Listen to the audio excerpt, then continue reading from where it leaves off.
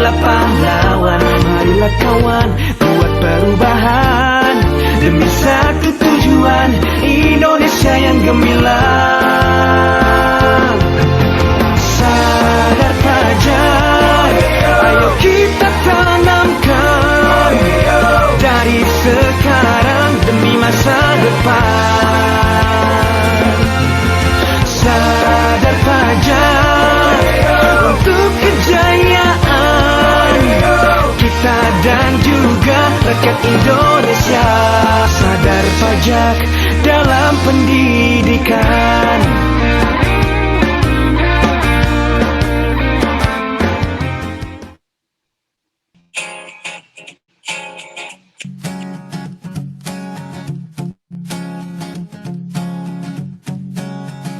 Kini ku tahu pajak dari kita untuk kita, agar kita sejahtera. Kini ku tahu mengapa dirimu selalu taat, baktikan pajakmu demi negara. Kamu idolaku, aku ingin sepertimu, membangun masa agar sejahtera. Terima kasih ku ucapkan padamu karena pajakmu yang membangun sekolah tempatku belajar, gedung-gedung dan jalan raya, rumah sakit dan yang lainnya. Baktimu kan selalu ku kenang. Kini ku tahu mengapa dirimu selalu taat, baktikan pajakmu demi negara. Kamu idolaku, aku ingin sepertimu, membangun bangsa agar sejahtera. Terima kasih ku ucapkan padamu karena pajakmu yang membangun sekolah tempatku belajar, gedung-gedung dan jalan raya, rumah sakit dan yang lainnya. Baktimu kan selalu ku kenang selamanya, ya, ya.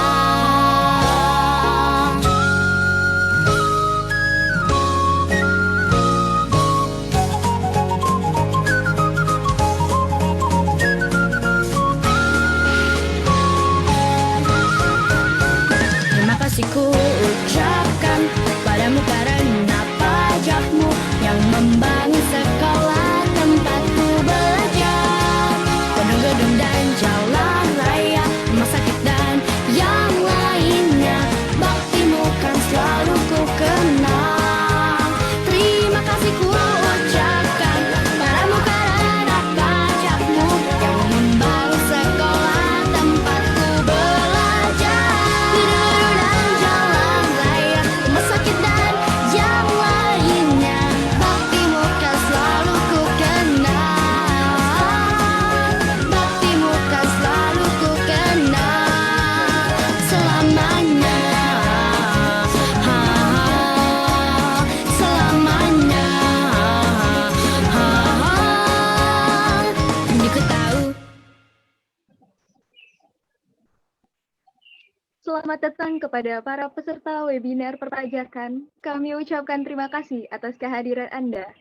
Sebelum memulai acara webinar, kami akan menyampaikan beberapa peraturan selama acara webinar berlangsung.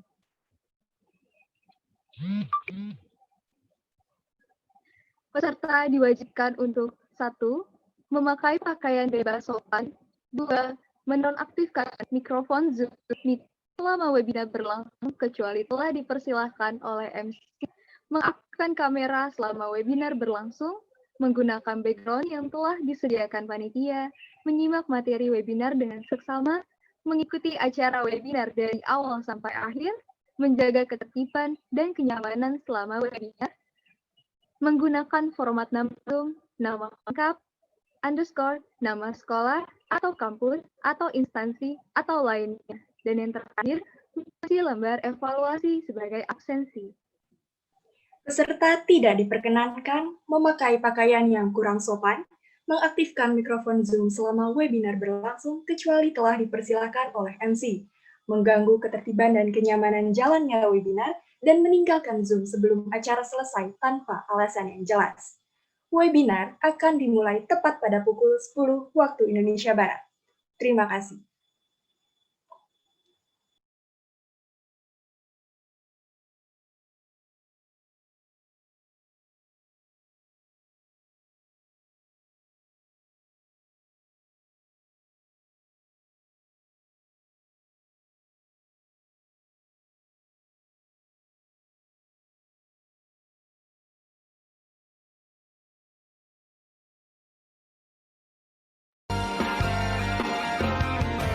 Pajak bukti peduli pada negeri sejak dulu sampai nanti.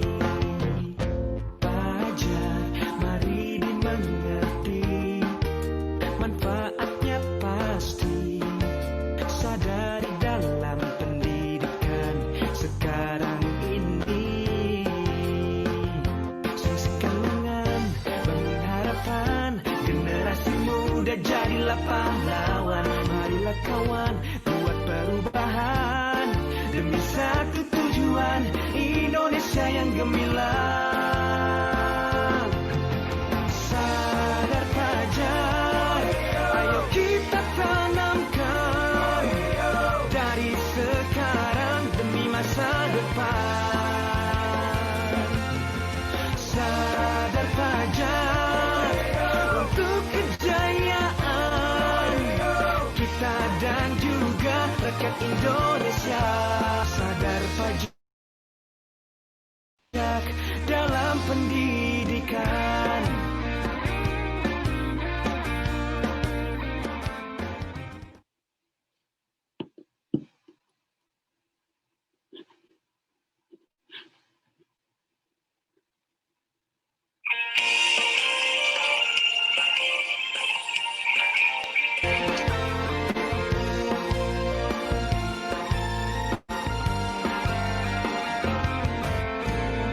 Pajak bukti peduli pada negeri sejak dulu sampai nanti.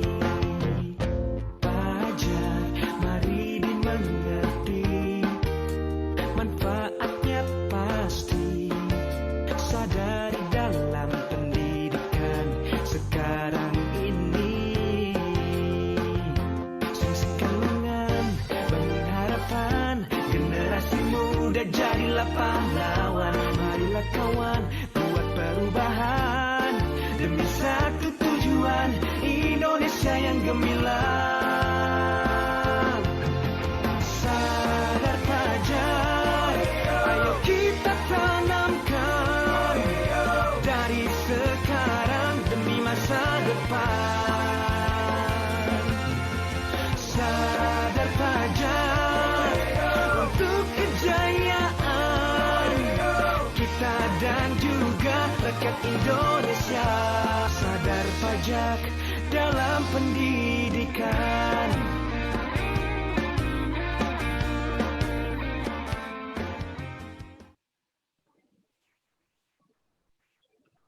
Assalamualaikum warahmatullahi wabarakatuh. Salam sejahtera bagi kita semua. Shalom Om Swastiastu. Namo Buddhaya, salam kebajikan. Selamat datang para peserta webinar. Kami ucapkan terima kasih atas kehadiran Anda. Terima kasih juga kami ucapkan kepada narasumber yang akan memberikan pemaparan pada webinar hari ini. Tak kenal maka tak sayang. Maka sebelumnya izinkan kami untuk memperkenalkan diri terlebih dahulu. Perkenalkan, nama saya Astria Yulianti dan rekan saya Cynthia Utami. yang akan memandu webinar pada hari ini. Namun sebelum acara, alangkah baiknya kita memulai dengan pembacaan doa. Kepada Kakak Rofi, kami persilakan. Assalamualaikum warahmatullahi wabarakatuh. Selamat pagi dan salam sejahtera untuk kita semua. Sebelum kita memulai acara pada pagi hari ini, marilah kita menundukkan kepala sejenak berdoa memohon ridho Allah Subhanahu wa taala agar kegiatan pada hari ini diberikan kemudahan dan kelancaran. Izinkan saya memimpin doa dengan cara Islam. Hadirin yang beragama dan berkeyakinan lain, mohon berkenan untuk menyesuaikan menurut agama dan keyakinan masing-masing. A'udzu billahi minasyaitonir rajim. Bismillahirrahmanirrahim. Hamdan syakirin, hamdan na'imin, hamdan yuafi ni'amahu wa yukafi mazidah. Ya Rabbana lakal hamdu kama yanbaghi lil jalali wa ikal karimi wa azimi sultanik. Allahumma sholli wa sallim ala sayyidina Muhammad wa ala alihi wa sahbihi ajma'in. Ya Allah, ya Tuhan kami, segala puji bagimu atas rahmat dan karunia yang Kau limpahkan kepada kami, atas nikmat kesadaran dan kesempatan, sehingga kami bisa berkumpul di acara ini untuk melaksanakan webinar Generasi Sadar Pajak Menuju Indonesia Emas dalam rangka meningkatkan kesadaran kami untuk turut berkontribusi dalam membangun negeri yang tercinta ini. Karenanya ya Allah, lancarkanlah acara kami, berkahilah dan penuhilah acara ini dengan kebaikan dari awal hingga akhir nanti. Ya Rahman ya Rahim, bimbinglah kami dengan hidayah-Mu, dan jadikanlah hati kami selalu ridho dengan pemberian-Mu. Lapangkanlah dada kami, dan mudahkanlah urusan kami. Ya Allah ya Karim, jadikanlah kami semua yang hadir di sini, anak bangsa yang memiliki sifat amanah. Jika kami pemimpin, jadikanlah pemimpin yang amanah. Jika kami rakyat biasa, jadikanlah rakyat yang amanah. Karena kami yakin dengan amanah akan mendatangkan ridho-Mu. Ya Allah ya Tuhan kami, tunjukkanlah kepada kami bahwa yang benar itu benar, dan berikan kepada kami kekuatan dan kemampuan untuk menjalankannya. Serta tunjukkanlah kepada kami bahwa yang salah itu salah, dan berikan kami kekuatan dan kemampuan untuk meninggalkannya. Ya Allah ya Tuhan kami, limpahkanlah kepada kami dan pemimpin kami kebahagiaan di dunia dan di akhirat, dan hindarkanlah kami dari azab api neraka-Mu. Rabbana atina fid dunya hasanah wa fil akhirati hasanah wa qina azabannar. Wa sallallahu ala sayyidina Muhammad wa ala alihi wa sahbihi ajma'in. Subhana rabbikal rabbil izzati amma yasifun wa salamun ala mursalin. Alhamdulillahi rabbil alamin. Wassalamualaikum warahmatullahi wabarakatuh.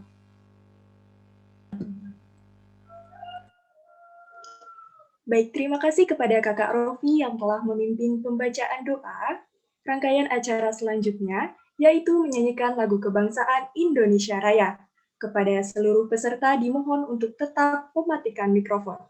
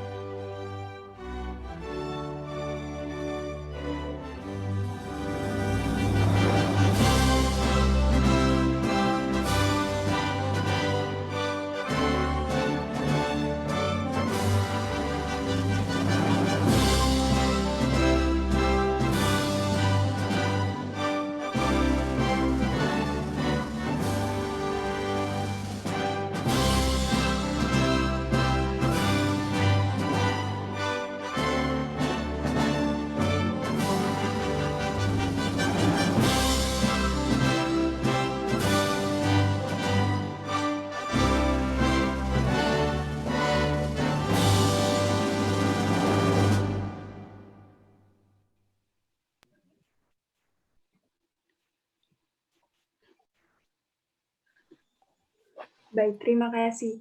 Mari kita beranjak ke acara selanjutnya, Nah, sebenarnya hari ini ada acara apa sih, Kak Yuli? Ya, jadi hari ini kita akan melaksanakan acara webinar perpajakan dengan tema Generasi Sadar Pajak Menuju Indonesia Emas. Wow, menarik sekali ya, Kak. Jadi webinar hari ini merupakan salah satu acara yang diselenggarakan oleh mahasiswa tugas belajar Politeknik Keuangan Negara STAN dalam rangka memberikan kontribusi terkait perpajakan kepada masyarakat untuk mewujudkan generasi yang sadar akan pentingnya pajak. Benar banget. Pajak itu sangat berpengaruh loh terhadap perekonomian di Indonesia. Salah satunya, pajak dimanfaatkan untuk para pelajar nih. Pemerintah memberikan bantuan kuota internet untuk kita belajar melalui daring pada pandemi saat ini. Nah, untuk menaikkan semangat hari ini, kita jargon dulu yuk. Kalau aku bilang generasi muda Indonesia, kamu jawab generasi sadar pajak, taat, dan bijak. Siap ya? Yuk kita Siap. mulai. Generasi muda Indonesia, Generasi sadar pajak, taat, taat, dan dan bijak. bijak. Untuk lebih jauh lagi, pembahasan akan disampaikan oleh narasumber kita pada hari ini. Sebelum itu, mari kita dengarkan sambutan dari Ketua Acara Webinar. Kepada Mas Noviko, kami persilahkan. Baik, terima kasih atas kesempatannya Kak Astria dan Kak Cynthia. Assalamualaikum warahmatullahi wabarakatuh. Shalom, Om Swastiastu, Namo Buddhaya, salam kebajikan, selamat pagi. Yang saya hormati rekan-rekan panitia, yang saya cintai, dan saya banggakan peserta webinar Generasi Sadar Pajak Menuju Indonesia Emas. Segala puji syukur senantiasa kita haturkan kepada Tuhan Yang Maha Esa, yang melimpahkan rahmat dan karunia-Nya kepada kita semua, sehingga hari ini kita dapat dipertemukan untuk mengikuti acara webinar perpajakan yang diselenggarakan oleh mahasiswa dan mahasiswi D3 Pajak Alih Program Politeknik Keuangan Negara STAN dengan keadaan sehat walafiat.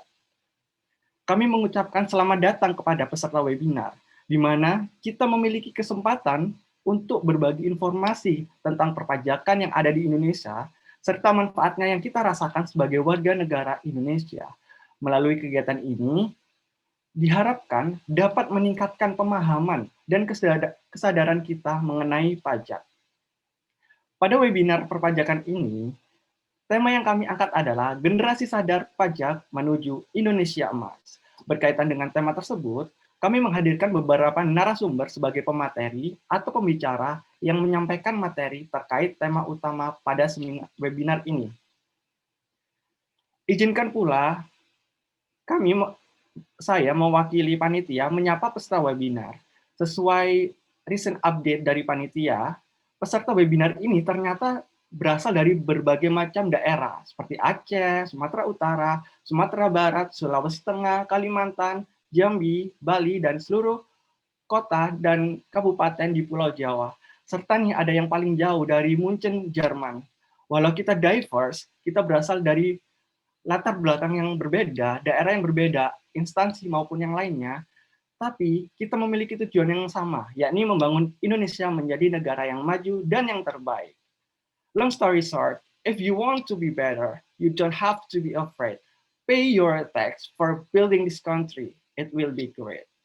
Kami menyadari bahwa penyelenggaraan seminar ini masih banyak kekurangan, baik dalam penyajian acara, pelayanan administrasi, maupun keterbatasan fasilitas. Untuk itu, kami mohon maaf sebesar-besarnya atas kekurangan tersebut. Sebelum saya tutup, saya ingin mengutip pernyataan dari Ibu Menteri Keuangan, yakni Ibu Sri Mulyani Indrawati. Pajak itu layaknya tulang punggung di tubuh manusia.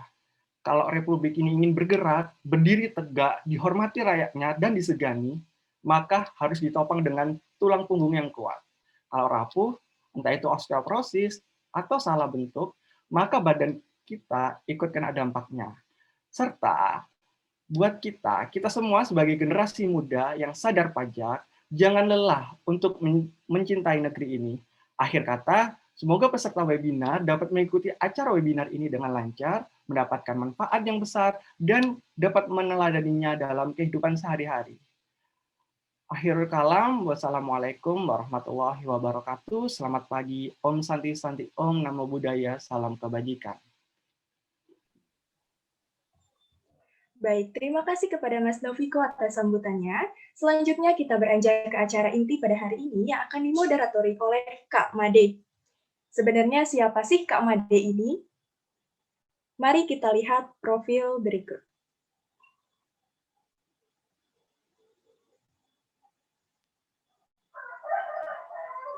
Dengan nama lengkap I. Made Agni Umbara, beliau lahir di Denpasar 30 Desember 1998 dan berdomisili di Tabanan, Bali. Kak Made pernah bekerja di kantor pelayanan pajak Madya Denpasar dan saat ini sedang menempuh pendidikan Diploma 3 Pajak Alih Program Politeknik Keuangan Negara STAN. Mari kita sambut moderator kita, Made Agni. Halo Kak Made. Halo Cintia. Gimana kabarnya Kak? Wah, hari ini kabarnya sangat luar biasa, Cintia. Wah, pasti sudah siap ya Kak untuk memandu pemaparan materi dari narasumber hari ini ya Kak? Iya, betul sekali, Cintia. Wah, oke. Kalau Kak Made sudah siap, mari kita langsung saja ke acara inti. Kepada Kak Made kami persilakan.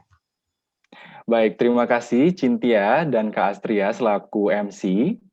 Assalamualaikum warahmatullahi wabarakatuh. Salam sejahtera untuk kita semua. Om Swastiastu, Namo Buddhaya, salam kebajikan. Wah, senang sekali ya rasanya saya Made Agni bisa mendapat kesempatan untuk memandu acara webinar kali ini yang memiliki tema Generasi Sadar Pajak Menuju Indonesia Emas.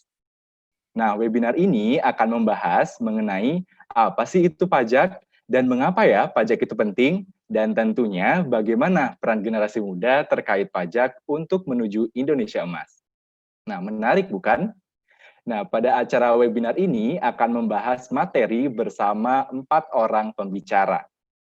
Pada saat pemaparan materi berlangsung, peserta webinar dapat mengetik pertanyaan di room chat Zoom, dan peserta yang terpilih akan diberikan kesempatan untuk bertanya secara langsung kepada pembicara. Baik, sebelum memulai pemaparan materi, saya ingin melihat semangat nih para peserta dengan tepuk tangan atau dapat menunjukkan emoticon di aplikasi Zoom. Ayo, mana nih semangatnya?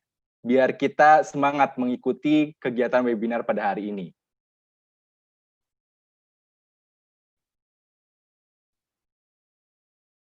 Baik, ini sebenarnya banyak sekali yang belum muncul ya, belum on cam gitu. Nah, teman-teman bisa nih on cam dan menyaksikan webinar ini dengan on cam tadi. Dan teman-teman juga bisa memberikan emoticon tadi dari aplikasi Zoom ya. Nah, baik, saya lanjut. Sekarang kita akan memasuki acara pemaparan materi oleh pembicara. Nah, pembicara pertama akan memaparkan materi terkait urgensi dan dasar hukum pajak. Nah, beliau ini adalah mahasiswi aktif Politeknik Keuangan Negara STAN yang lahir di Sleman pada 11 November 1998. Beliau pernah bekerja di kantor pelayanan pajak Pratama Wates dan saat ini menempuh pendidikan Diploma 3 Pajak Alih Program Politeknik Keuangan Negara STAN. Mari kita sambut Rizcha Eka Rahayu. Halo Kak Rizcha. Halo Kak Made. Gimana nih Kak kabarnya hari ini? Alhamdulillah sehat. Made sendiri gimana nih kabarnya? Luar biasa Kak Rizcha. Terima kasih Kak. Kita langsung saja ya Kak. Saya silakan kepada Kak Rizcha untuk memaparkan materi.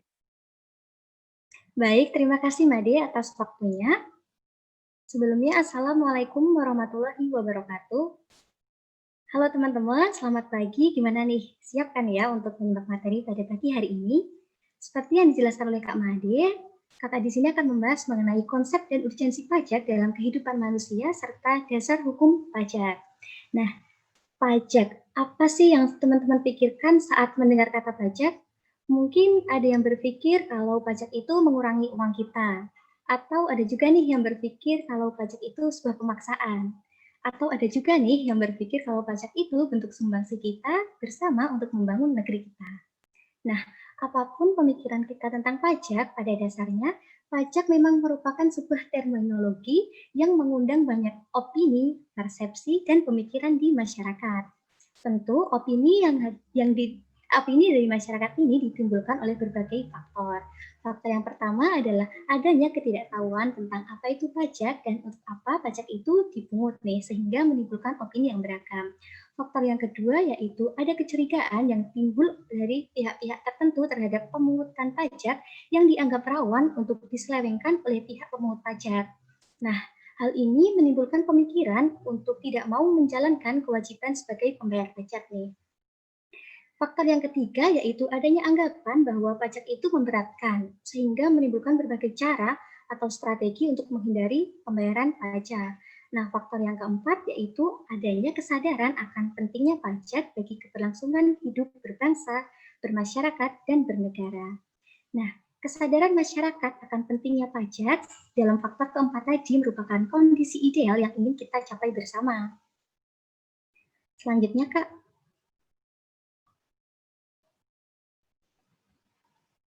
Selanjutnya. Nah, sebelumnya, Kak. Nah, teman-teman pasti kenal nih dengan peribahasa bersatu kita teguh, bercerai kita runtuh. Apa sih kaitan peribahasa ini dengan kehidupan berbangsa dan bernegara? Peribahasa ini membawa arti bahwa setiap elemen bangsa harus bersatu dan bergotong royong untuk membangun Indonesia. Salah satunya melalui pajak ini, bentuk gotong royong yang dapat kita lakukan. Perlu teman-teman ketahui nih, bahwa porsi pajak dalam anggaran pendapatan dan belanja negara kita itu menyumbang sekitar 80% dari seluruh total penerimaan negara. Sangat besar bukan? Di mana penerimaan negara ini digunakan untuk membiayai seluruh belanja negara, salah satunya untuk belanja vaksin COVID-19. Selanjutnya mengenai konsep dan urgensi pajak dalam kehidupan manusia. Mungkin teman-teman pernah bertanya, kenapa sih harus ada pajak? Penting banget ya ada pajak itu. Nah, bahasan kali ini tepat banget untuk menjawab pertanyaan teman-teman nih. Menurut Aristoteles, manusia itu pada dasarnya merupakan makhluk sosial, yang berarti peduli pada sesama dan saling bekerja sama sehingga diperlukan hubungan timbal balik di antara yang kuat dan yang lemah, serta yang kaya dan yang kurang mampu. Tetapi ternyata manusia itu juga makhluk ekonomi nih, yang artinya manusia itu menilai dan memilih sesuatu hanya berdasarkan pertimbangan pribadi atau bersifat individualis, yang jika tidak dikendalikan, sifat manusia sebagai makhluk ekonomi ini dapat berubah menjadi serigala bagi sesamanya. Oleh karena itu, di sini pajak berfungsi sebagai pengungkapan kesediaan untuk saling berbagi dengan sesama. Kedudukan manusia sebagai makhluk sosial akan mengatasi keserakahan manusia sebagai makhluk ekonomi nih. Namun, kita tahu nih, pengungkapan kesediaan untuk berbagi antar manusia yang satu dengan yang lain itu dapat berbeda-beda. Sehingga diperlukan suatu pengaturan, baik berupa peraturan perundang-undangan maupun lembaga yang menjalankan peraturan itu sendiri. Nah, pajak itu merupakan sarana redistribusi kekayaan dalam kehidupan manusia. Peran pajak menjadi faktor yang sangat penting bagi peningkatan kesejahteraan bersama, bukan hanya kesejahteraan ekonomi individual belaka. Sebelumnya, Kak, bagaimana sih sifat manusia sebagai makhluk sosial dan kaitannya dengan kewajiban membayar pajak? Yang pertama, manusia sebagai makhluk sosial itu memiliki sifat alamiah yang suka bergaul. Dalam pergaulan tentu dibutuhkan komunikasi nih, baik verbal maupun non-verbal. Nah, di sini kita tahu ya tadi bahwa kewajiban bayar pajak itu artinya saling berbagi. Nah, saling berbagi ini merupakan salah satu bentuk komunikasi non-verbal. Orang yang memiliki kelebihan berbagi dengan yang berkekurangan dan pemerintah berperan sebagai perantaranya. Sifat yang kedua yaitu suka bekerja sama. Manusia sebagai makhluk sosial memiliki sifat alamiah suka bekerja sama dan bergotong royong. Berat sama dipikul, ringan sama dijinjing. Kerjasama itu membutuhkan toleransi sebagai perekat kebersamaan dalam kehidupan bermasyarakat, berbangsa, dan bernegara. Membayar pajak merupakan salah satu bentuk toleransi, karena kelompok yang mampu berpartisipasi membantu pemerintah untuk menyediakan fasilitas umum bagi kelompok yang kurang mampu. Nah, sifat yang ketiga yaitu hidup berkelompok. Manusia sebagai makhluk sosial memiliki ciri khas untuk hidup berkelompok. Hidup berkelompok ini memerlukan aturan dan kerjasama yang tepat agar tercapai hidup yang harmonis. Kewajiban membayar pajak sebagai bentuk amanat undang-undang merupakan aturan main dalam hidup berkelompok di suatu negara. Setiap anggota harus terlibat mendukung kehidupan yang harmonis. Anggota yang mampu memberi dukungan kepada yang kurang mampu, sehingga tercipta keselarasan, keserasian, dan keseimbangan dalam hidup berkelompok. Sifat yang keempat yaitu memiliki kepedulian. Kepedulian merupakan wujud kesadaran atas apa yang dirasakan orang lain. Rasa peduli ini tidak cukup loh hanya dalam ucapan. Rasa peduli harus diwujudkan dalam tindakan nyata nih. Salah satunya dengan membayar pajak ini. Selanjutnya, Kak.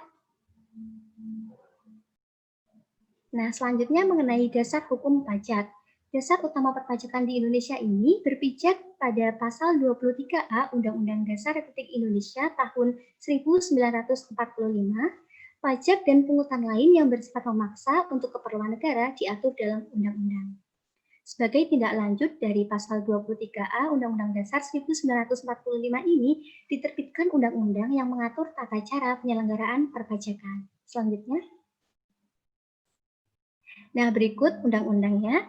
Yang pertama ada Undang-Undang Nomor 16 Tahun 2009 tentang Ketentuan Umum dan Tata Cara Perpajakan. Yang kedua ada Undang-Undang Nomor 36 Tahun 2008 tentang Pajak Penghasilan.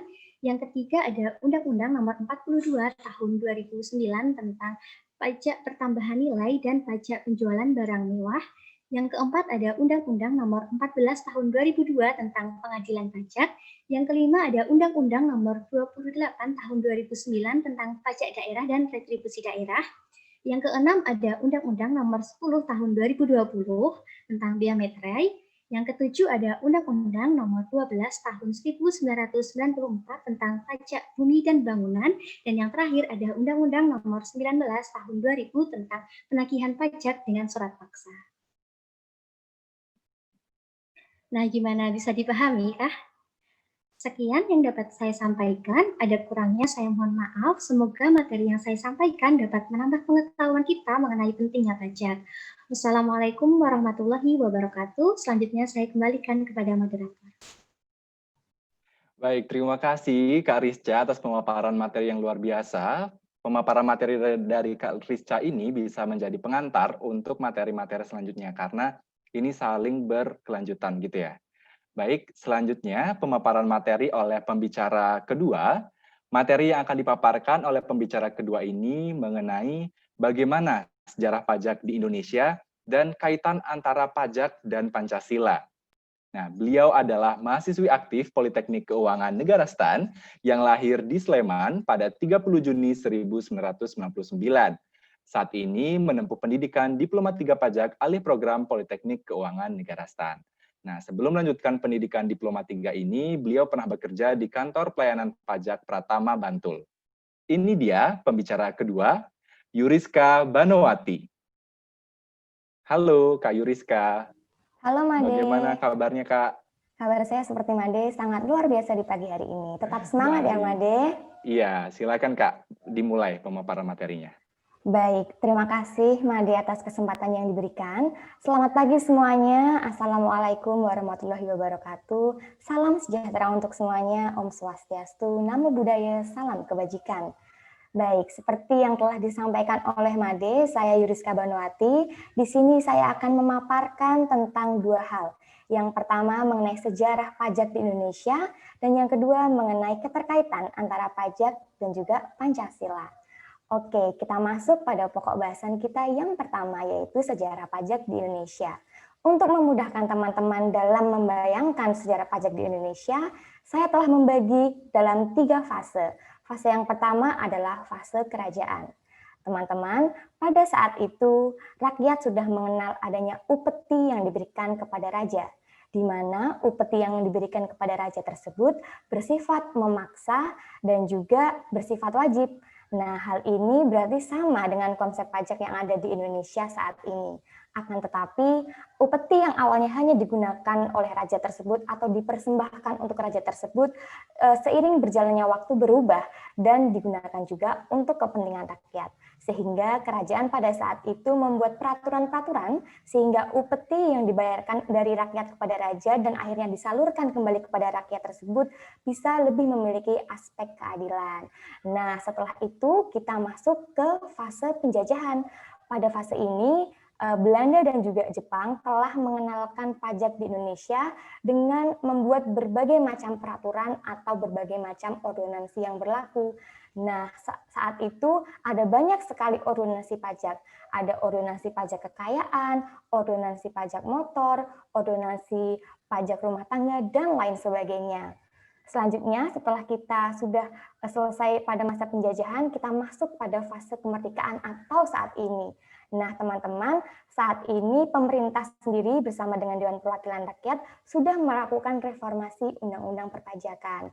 Dengan demikian, pemerintah dan juga Dewan Perwakilan Rakyat telah mengubah semua ordonansi yang berlaku di zaman penjajahan. Karena apa?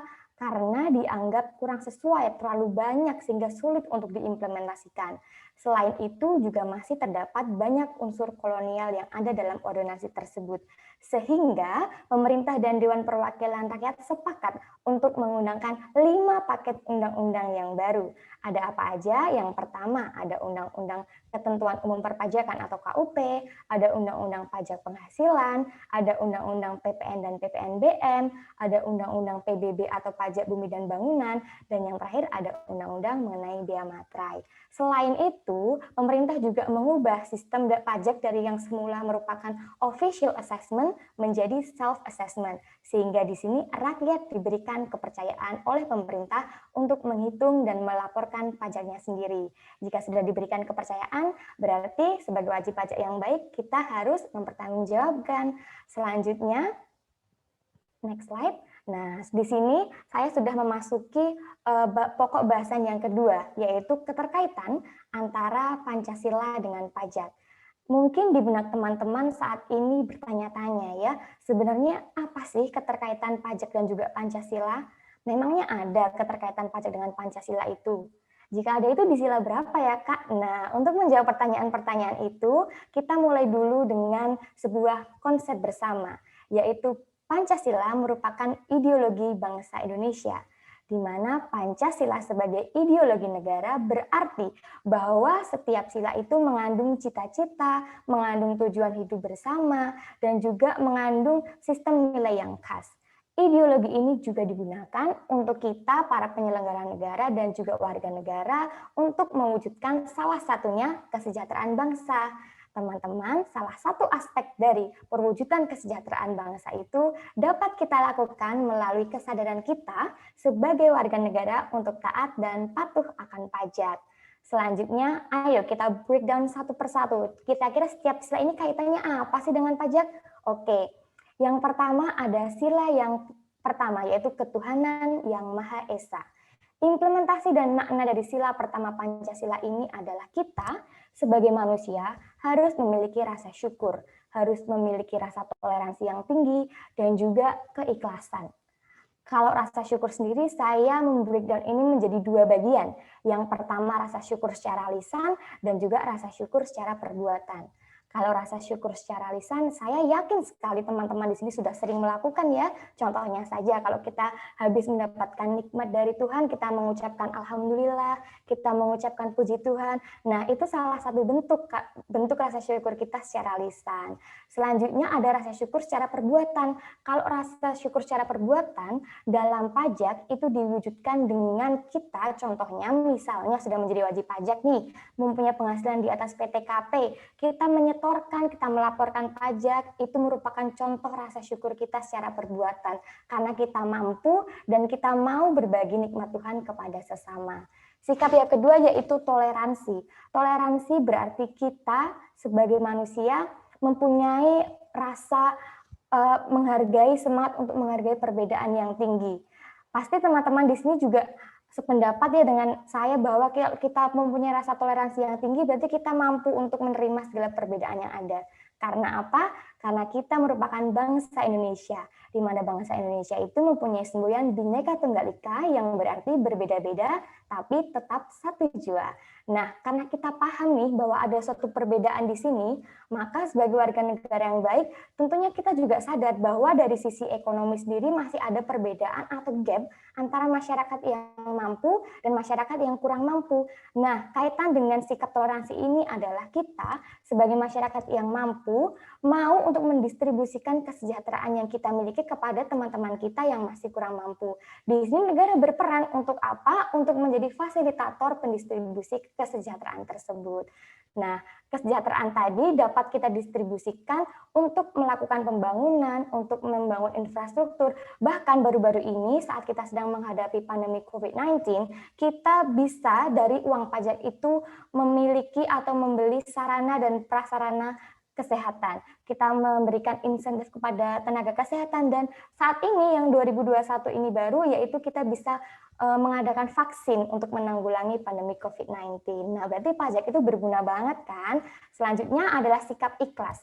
Kalau saya bertanya apa itu keikhlasan, berarti ikhlas itu adalah suatu perasaan untuk rela berbagi tanpa pamrih. Seperti yang telah disampaikan oleh Saudari Rizcha, tadi bahwa pajak adalah iuran yang bersifat memaksa tanpa ada kontraprestasi secara langsung. Nah, jadi apa maksudnya, Kak? Maksudnya adalah kita selaku pembayar pajak, setelah kita membayar pajak tidak serta-merta mendapatkan reward dari apa yang kita bayarkan. Namun, reward yang kita terima tadi dapat dimanfaatkan oleh semua pihak. Jadi, kita telah berbagi kepada sesama dengan rasa ikhlas. Selanjutnya, kita memasuki sila yang kedua, yaitu adalah sila kemanusiaan yang adil dan beradab. Sila ini mengajarkan kita untuk memiliki sikap yang saling menghormati, sikap persahabatan dan juga persaudaraan, di mana ada sebuah ungkapan yang sangat menarik, yaitu jika kamu ingin hidup untuk dirimu, maka kamu harus hidup untuk orang lain. Nah, teman-teman sebagai generasi muda wajib untuk memiliki sikap seperti itu. Sehingga sebagai generasi muda kita bisa turut serta aktif dan berkontribusi untuk melakukan pembangunan yang berkelanjutan di negeri ini. Di mana pembangunan yang berkelanjutan itu membutuhkan sebuah pembiayaan. Dan pembiayaan itu dapat kita peroleh melalui pajak. Sehingga kita harus menyadari bahwa pajak itu sangat penting untuk pembangunan. Karena pajak merupakan aspek penerimaan terbesar dalam APBN. Sila yang ketiga, next, adalah sila persatuan Indonesia. Hal ini diwujudkan dengan rasa semangat cinta tanah air dan juga rasa memiliki atau sense of belonging. Rasa memiliki atau sense of belonging tadi berarti bahwa kita sebagai warga negara harus terlibat secara aktif dan proaktif untuk melaksanakan pembangunan, serta kita wajib untuk menunaikan kewajiban kita sebelum kita menuntut hak kita dari negara. Nah, lagi-lagi, pajak itu merupakan suatu kewajiban, dan kita harus bangga apabila kita menjadi wajib pajak. Karena dengan membayar pajak, kita sudah berperan aktif dalam kehidupan bernegara dan telah melaksanakan kewajiban kita sebagai warga negara yang baik dan secara tidak langsung telah mengimplementasikan sila ketiga dalam Pancasila. Selanjutnya ada sila yang keempat, yaitu sila kerakyatan yang dipimpin oleh hikmat kebijaksanaan dalam permusyawaratan perwakilan. Teman-teman semua, pajak adalah suatu hal yang diatur dengan undang-undang, di mana undang-undang adalah produk hukum antara pemerintah dengan Dewan Perwakilan Rakyat. Nah, di sini berarti bahwa undang-undang telah menjadi kesepakatan bersama, di mana suatu hal yang diatur dengan undang-undang itu salah satunya adalah pajak. Sehingga pajak juga merupakan sebuah kesepakatan bersama di negeri ini. Oleh karenanya, sebagai warga negara yang berbudi luhur, kita harus melaksanakan kesepakatan bersama yang telah disepakati oleh pemerintah dan Dewan Perwakilan Rakyat. Dan juga kita bisa mengimplementasikan sila keempat dalam Pancasila. Yang terakhir adalah sila yang kelima, yaitu keadilan sosial bagi seluruh rakyat Indonesia. Hal ini dapat tercermin dari keadilan dalam pemungutan pajak dari negara. Teman-teman, dalam memungut pajak, negara tidak serta-merta untuk memberlakukan pajak kepada semua pihak, namun dengan tetap memperhatikan aspek keadilan. Contohnya saja, negara memberlakukan PTKP, dan yang baru-baru ini, negara juga telah memberlakukan asas convenience of payment, di mana pajak dipungut pada saat yang bahagia. Saat ini kita tahu bahwa kita sedang mengalami pandemi, oleh karenanya negara hadir untuk memberikan instrumen fiskal dalam perpajakan dengan memberikan insentif pajak sehingga rakyat yang terdampak pandemi COVID-19 dapat dapat mengatasi hal tersebut dan tidak merasa terbebani. Selain itu, perekonomian juga bisa berjalan dengan baik sehingga stabilitas ekonomi tidak terganggu. Nah, demikian yang dapat saya sampaikan. Semoga apa yang saya sampaikan tadi tidak hanya indah secara teori, tidak terdengar klise, namun juga indah dalam pengimplementasian. Sehingga kita sebagai generasi muda dapat menjadi generasi muda yang sadar pajak dan juga dapat melaksanakan apa yang telah menjadi jargon kita pada pagi hari ini, yaitu generasi muda Indonesia, generasi sadar pajak, taat, dan bijak. Demikian, untuk atas kurangnya saya mohon maaf. Wassalamualaikum warahmatullahi wabarakatuh. Om Santi Santi Santi. Om Namo Buddhaya, salam kebajikan. Waktu saya kembalikan kepada moderator. Terima kasih. Wah, terima kasih Kak Rizka. Mohon maaf Kak Yuriska atas pemaparan materi yang sangat menarik tadi ya. Nah, materi yang disampaikan oleh Kak Yuriska tadi itu akan menambah wawasan kita dan ini merupakan suatu gambaran umum mengenai pajak tadi disampaikan oleh Kak Rizka, disampaikan oleh Kak Yuriska untuk kita bawa materinya kaitkan dengan materi di pembicara ketiga. Baik, saat ini kita sudah melewati bersama pemaparan materi oleh pembicara pertama dan kedua. Jadi saya ingin melihat teman-teman memberikan apresiasi kepada pembicara kita tadi. Teman-teman bisa tepuk tangan atau menggunakan fitur emoticon di aplikasi Zoom ya. Baik, terima kasih. Saya ingatkan kembali bagi peserta yang ingin bertanya, silakan mengetik pertanyaan di room chat Zoom, karena setelah pemaparan materi akan diadakan sesi tanya-jawab. Nah, baik, sekarang kita kembali fokus dulu ya ke pemaparan materi. Nah, pemaparan materi berikutnya akan dipaparkan oleh pembicara ketiga. Materi yang dibahas mengenai posisi pajak dalam APBN dan manfaat pajak. Beliau adalah mahasiswi aktif Politeknik Keuangan Negara STAN, kelahiran Jakarta pada 3 November 1996. Beliau pernah bekerja di kantor pelayanan pajak wajib pajak besar 2 dan saat ini menempuh pendidikan Diploma 3 Pajak Alih Program Politeknik Keuangan Negara STAN. Ini dia pembicara ketiga, Sheryl Amorin. Halo Kak Sheryl. Halo Kak Made, apa kabarnya Kak? Baik Kak Sheryl. Kak Sheryl masih semangat ya Kak ya? Masih dong. Ya, silakan Kak untuk memulai pemaparan materi. Baik, terima kasih atas waktu yang diberikan. Sebelum memulai, aku mau nanya kabar teman-teman. Gimana kabarnya teman-teman semua? Semoga kabarnya sehat-sehat ya. Oke, pada kesempatan kali ini, aku akan memaparkan terkait 2 poin, yaitu terkait dengan sumber penerimaan negara dan juga manfaat pajak. Jadi, tanpa lama-lama lagi, kita langsung mulai aja. Seperti yang teman-teman lihat di layar teman-teman, ini adalah sumber penerimaan negara. Kalau teman-teman pernah lihat postur APBN atau anggaran pendapatan dan belanja negara, teman-teman pasti tahu bahwa APBN kita itu terdiri atas penerimaan dan juga belanja. Nah, untuk penerimaan sendiri, apakah teman-teman tahu penerimaan kita itu terdiri atas apa aja? Nah, kalau teman-teman belum tahu, ini aku kasih tahu. Sumber penerimaan negara kita itu terdiri atas apa aja? Yang pertama itu adalah pajak. Apa sih yang dimaksud dengan pajak itu? Pajak itu adalah kontribusi wajib dari rakyat kepada pemerintah atau kepada negara.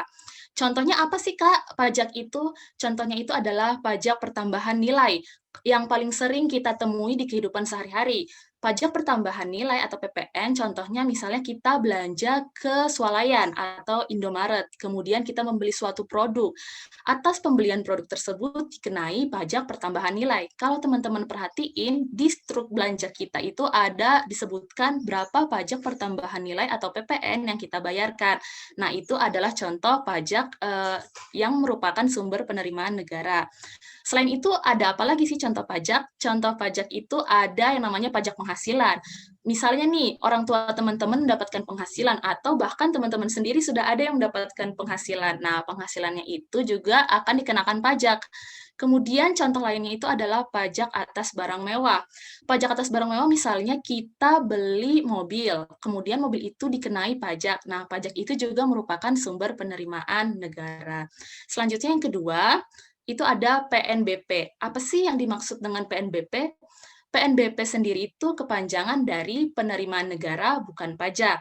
Dari kepanjangannya aja kita udah bisa nyimpulin nih kalau PNBP itu adalah penerimaan negara yang selain pajak. Contohnya apa sih PNBP itu? PNBP itu kalau mau kita contohin itu adalah seperti SKCK atau surat keterangan catatan kepolisian. Kalau teman-teman pernah buat SKCK ke kantor polisi, teman-teman pasti akan dipungut biaya sejumlah tertentu, yaitu Rp30.000. Nah, Rp30.000 itu nantinya akan masuk ke kas negara, teman-teman, sebagai PNBP. Jadi bukan masuk ke kantongnya Pak Polisi ya, teman-teman. Selain itu, PNBP itu ada bentuknya seperti pembuatan paspor. Kalau kita pergi ke kantor imigrasi, teman-teman mau buat paspor, kemudian akan dipungut sejumlah biaya tertentu, misalnya Rp350.000. Nah, Rp350.000 ini juga merupakan PNBP. Lanjut, yang ketiga adalah hibah. Apa sih yang dimaksud dengan hibah ini? Kalau teman-teman cek di KBBI atau Kamus Besar Bahasa Indonesia, hibah itu adalah pemberian dengan sukarela dengan mengalihkan hak atas sesuatu kepada orang lain. Jadi hibah ini adalah pendapatan yang diterima oleh negara secara sukarela. Contohnya apa sih hibah ini? Kalau teman-teman pernah ngikutin berita atau ikutin berita akhir-akhir ini, Indonesia akan mendapatkan vaksin COVID-19 gratis dari Yayasan Gavi Internasional miliknya Melinda dan Bill Gates. Nah, kita akan dapat vaksin COVID-19 gratis, itu juga merupakan bentuk hibah. Kan hibah itu bentuknya bisa macam-macam. Ada bentuk uang, kemudian bentuk barang, jasa, bahkan surat berharga. Nah, pemberian vaksin COVID-19 gratis ini juga merupakan bentuk hibah sehingga masuk kategori sumber penerimaan negara. Boleh di slide selanjutnya, Kak? Nah, ini adalah gambar Bu Sri Mulyani yang merupakan Menteri Keuangan kita saat ini. Bu Sri Mulyani pada suatu event tertentu pernah berkata, salah satu komponen yang sangat penting di dalam pendapatan atau APBN adalah pajak. Pajak merupakan tulang punggung nasional. Kenapa sih Bu Sri Mulyani bilang pajak itu tulang punggung nasional? Padahal kan seperti yang kita tahu di slide sebelumnya tadi, bahwa penerimaan negara itu terdiri atas 3 poin, yaitu pajak, PNBP, dan juga hibah. Tapi kenapa hanya pajak yang disebut sebagai tulang punggung nasional? Jawabannya ada di slide selanjutnya. Boleh di next, Kak? Nah, jawabannya itu ada di slide ini, teman-teman. Ini adalah grafik penerimaan negara dari tahun 2016 sampai tahun 2019. Kalau teman-teman lihat, yang warna kuning itu adalah penerimaan pajak, sedangkan yang warna biru itu adalah gabungan antara PNBP dan hibah. Pajak sendiri dari tahun 2016 sampai tahun 2019 itu mencapai 82 hingga 85% dari penerimaan negara kita. Sedangkan PNBP dan hibah itu hanya mencapai 15 hingga 18%. Jadi, alasan kenapa pajak disebut sebagai tulang punggung nasional itu adalah ini, teman-teman, bahwa pajak proporsinya sangat besar dalam penerimaan negara kita. Slide selanjutnya, Kak. Nah, ini adalah istilah yang mirip tapi tak sama, yaitu aku ambil 2 istilah, yang sebelah kiri teman-teman lihat itu adalah tax rate, yang sebelah kanan itu adalah tax ratio. Nah, kenapa sih aku ngambil istilah ini yang mirip tapi tak sama? Karena belakangan ini ada berita bahwa pemerintah berniat untuk menaikkan tax ratio Indonesia. Namun, yang berkomentar itu netizen itu berkomentar bahwa kenapa sih pemerintah berniat menaikkan tax ratio padahal kan jelas-jelas Indonesia lagi masa pandemi, ekonominya lagi susah. Kenapa tax ratio? Ternyata mereka itu beranggapan bahwa tax ratio itu sama dengan tax rate. Padahal ini jelas berbeda ya, teman-teman. Kalau teman-teman lihat, arti dari tax rate itu adalah tarif pajak, sedangkan tax ratio itu adalah rasio pajak. Kalau tax rate itu artinya adalah jumlah tertentu yang dibayarkan atas objek pajak, biasanya berbentuk persentase dari dasar pengenaan pajak.